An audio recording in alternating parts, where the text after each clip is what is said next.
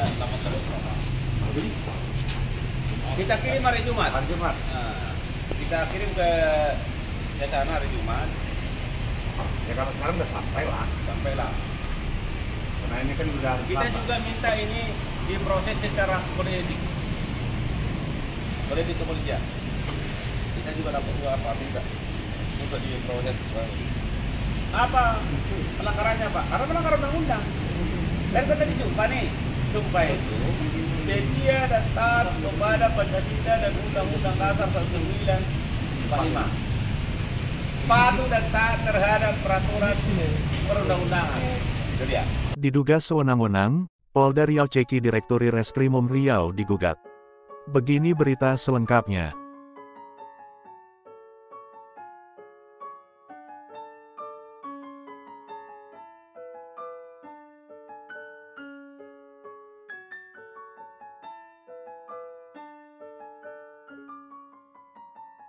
Pekanbaru, TV Riau bangkit. Hotman, warga Desa Palas Kecamatan Pangkalan Kuras, Kabupaten Pelalawan, ajukan gugatan pra-peradilan dan gugatan perbuatan melawan hukum.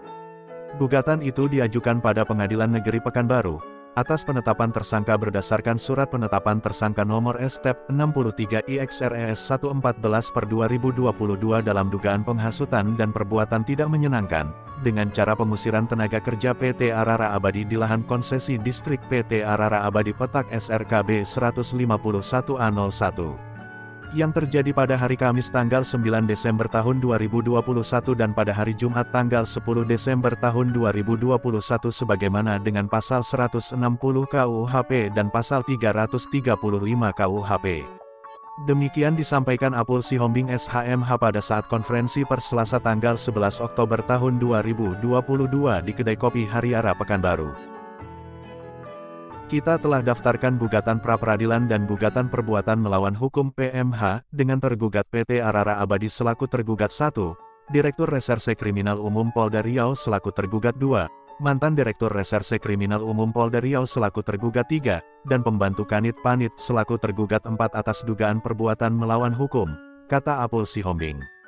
Terkait pra-peradilan didasarkan pada penetapan tersangka terhadap kliennya, Hotman, yang dilakukan oleh Direskrimum Polda Riau secara sewenang-wenang. Karenanya, menjadi tidak sah. Untuk itu pihaknya minta pembatalan melalui permohonan pra-peradilan. Adapun yang membuat penetapan tersangka menjadi tidak sah, yaitu terhadap sangkaan dengan menggunakan pasal 160 KUHP. Unsur pasal 160, barang siapa di muka umum dengan lisan atau dengan tulisan menghasut supaya melakukan sesuatu perbuatan yang dapat dihukum, melawan pada kekuasaan umum dengan kekerasan atau supaya jangan mau menurut peraturan undang-undang atau perintah yang sah, yang diberikan menurut peraturan perundang-undangan. Sementara apa yang dilakukan oleh Saudara Hotman pada tanggal 10 Desember tahun 2021, adalah meminta pihak PT Arara Abadi agar menghormati putusan Pengadilan Tata Usaha Negara Pekanbaru. Dan penetapan Pengadilan Tata Usaha Negara Pekanbaru tanggal 17 November 2021, sambung Apul. Dan ditambahkan, di mana penetapan Pengadilan Tata Usaha Negara tanggal 17 November 2021 itu secara tegas melarang PT Arara Abadi melakukan kegiatan sampai adanya putusan yang berkekuatan tetap terhadap gugatan yang diajukan oleh Batin Sengeri Desa Palas. Dan Mahkamah Agung telah memenangkan gugatan Batin Sengeri Desa Palas, karena itulah menurut Apul penetapan tersangka tersebut batal demi hukum. Lebih lanjut Apul menjelaskan, penyidik Polda Riau telah menjerat kliennya menggunakan pasal yang sudah dicabut oleh MK.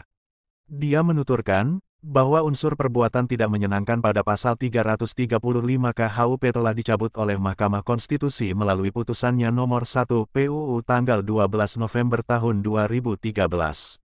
Oleh karena itu, penetapan tersangka terhadap Saudara Hotman menggunakan pasal yang telah dicabut adalah perbuatan sewenang-wenang dan melanggar hukum, tutup Apul. Dr. Andus PH Sitompul, TV Riau bangkit dari Pekanbaru melaporkan.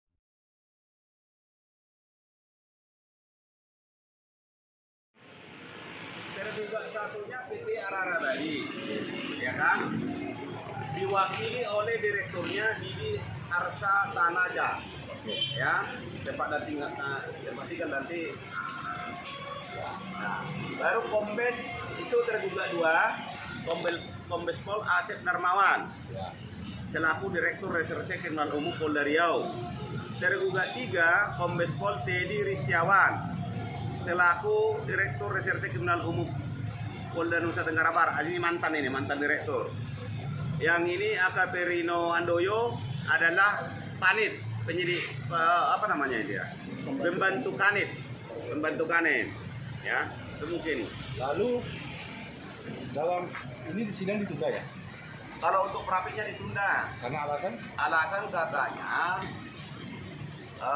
hakim tadi menerima surat dari Polda Riau yang menyatakan bahwa